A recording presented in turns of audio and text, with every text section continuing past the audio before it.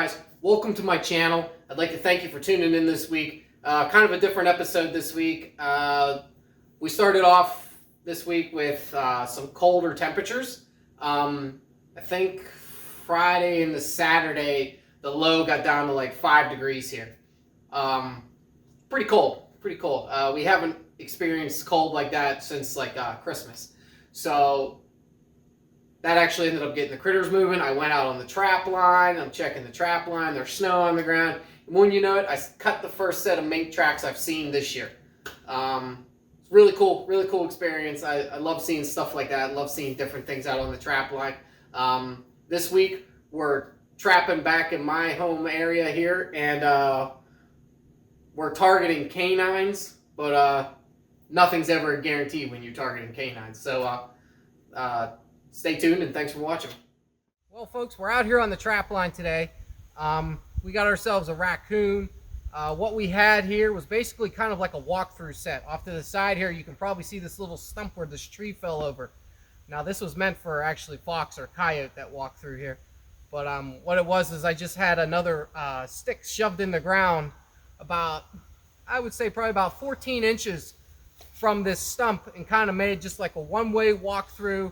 And I had some urine sprayed on this stump, and I had some jet fuel on there, and I had some fox gland on there, some Vixen elixir, and I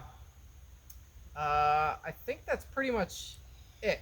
Oh, and behind me there's a rock pile over here. I put some long distance predator lure from Hoosier Trapper Outdoors on there. My goal was to get them walking across this ridge line here right behind me, smelling that long distance predator lure, get them to stop. And once I get them stopped here, they can walk around, you know, they kind of meander around that a little bit there, and then they're going to notice my stuff over here. And we got ourselves a nice, beautiful raccoon today. This coon's deep in that MB550, and we're just helping the ground nesting birds here. So we're giving the turkeys that much more of a chance to make it every year. So what we're going to do is we're going to go ahead and get this thing dispatched, and we're going to head on down the line.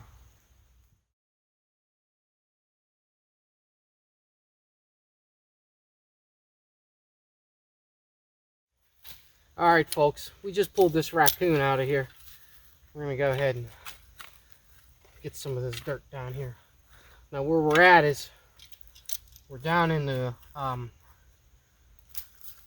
old strip mined area. So I can't use earth anchors. So I had this coon, I caught him on a drag. So we're gonna go ahead and we're gonna remake it right here. We're gonna do the best we can to do it, because he tore it up here. Wasn't here very long, but he tore it up pretty good. So we're gonna try to get this back in here the best we can. I'm trying to just get myself a base here.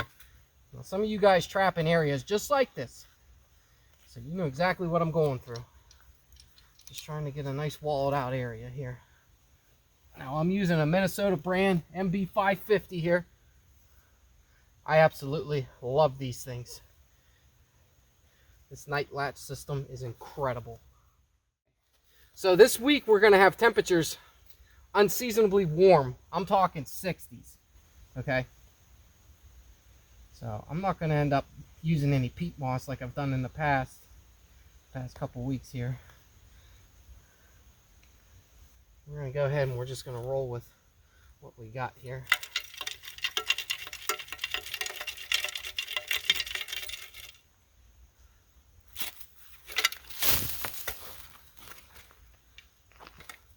Now what I'm doing here is I'm holding up this jaw, this loose jaw, and I'm trying to sift dirt on the back side of it because it was a little too loose for my liking.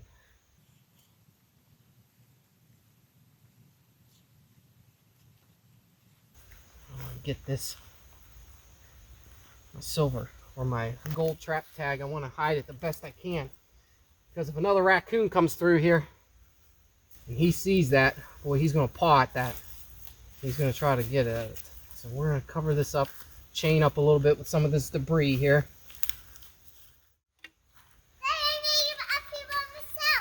Yeah, I got my daughter with me today. She probably just heard.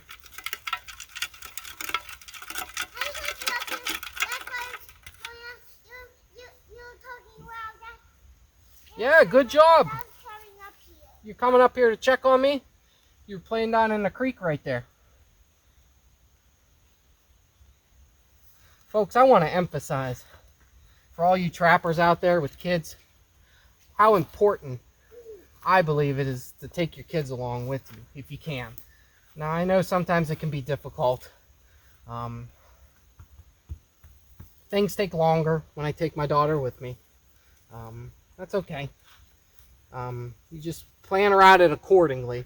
But I think this is really important that we bring the next generation of trappers out so they can see what we're doing and they can hopefully take an interest in what we're doing also. All right, that trap is bedded in there solid. I got this drag. I got about 10 foot of some drag chain. We got it wrapped around this stump log here, and we got the chain kind of pre-wrapped around this log. So basically anything we end up getting, it's not going to go very far. And we're going to blend it in a little bit here.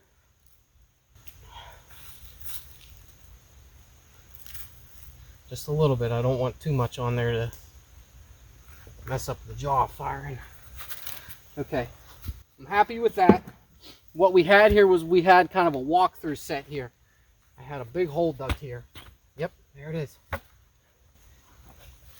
That this log was in. And ahead.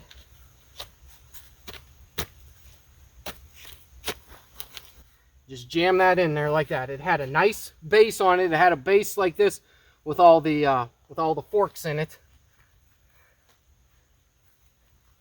So it kind of made it sturdier in the ground. Make it look a little bit more natural here. With all these pine needles.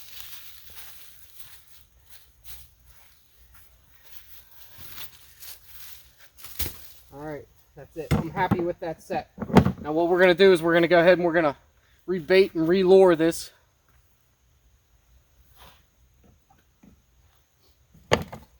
We're going to go ahead and use what was on here the first time. Some jet fuel.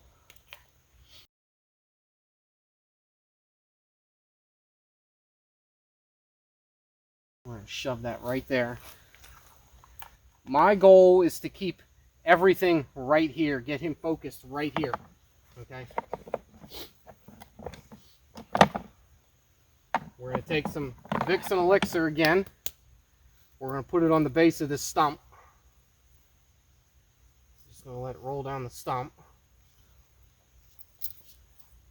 And then we're going to take some coyote urine. Dad, you know what? I lost all the nuts and I let go of them and I grabbed them and I put them in my next pocket. Yeah. Yeah, good job. And I come back up to tell you them and show you them. Yeah, all right, and we're going to spray a little bit here on this. And that's it, folks. That's a completed set. I want it to look like something was here and it's all tore up and it's got its attention. Like I said behind me, I got the long distance predator lure on there, and I'm also going to add some Dunlap's Hellfire to that rock pile right behind the camera. Kind of keep them in the area until they find my set. So we're going to call this a completed set, and we're going to go ahead and move on down the line. Thanks for watching. Alright folks, I don't typically do this, but this was such a nice raccoon. We're going to go ahead and we're going to get it skun out, and we're going to make him something for my daughter. Yeah, such a beautiful, beautiful raccoon. Very clean looking coyote, or raccoon. Prime pelt. So we're going to go ahead and we're going to get him skun out of here, and then I'll turn this up for my daughter.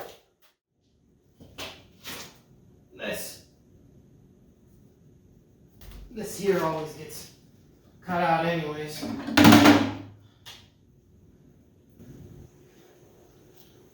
think I'm just going to try to get some sort of hack made with the back of it.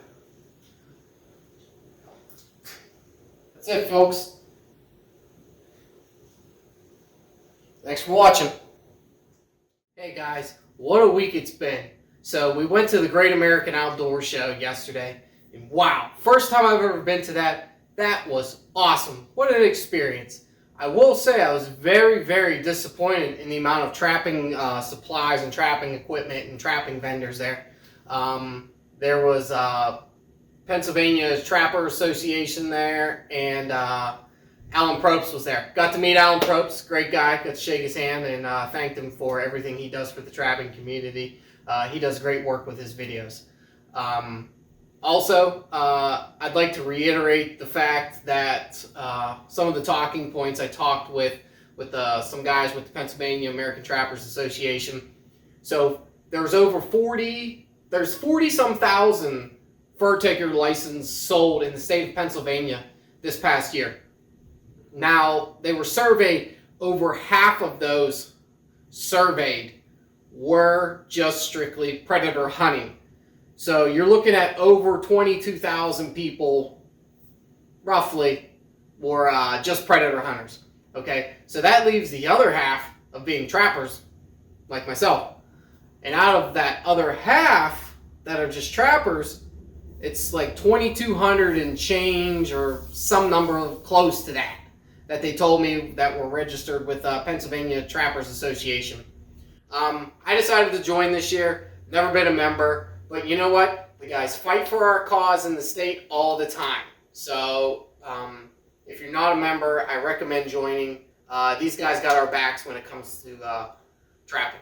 So again, I'd like to thank everybody for watching. I did a little something new this week.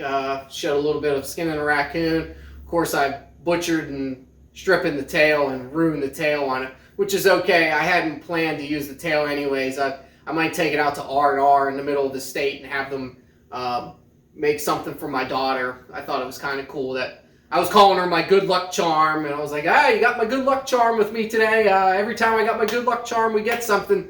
So, yeah, we ended up pulling a raccoon, and we actually ended up having a turkey too that we were able to set loose too.